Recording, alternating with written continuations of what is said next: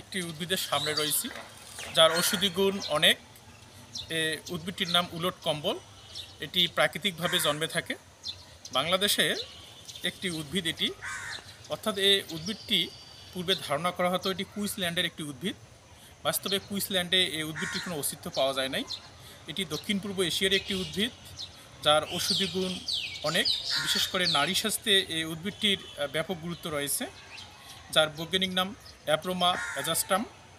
তা এই উদ্ভিদটির পাতা, মূল সবই উপকারী। এটি সাধারণত ডায়াবেটিস নিয়ন্ত্রণে খুবই কার্যকরী ভূমিকা পালন করে, নারীদের শারীরিক দুর্বলতার ক্ষেত্রে কাজ করে থাকে।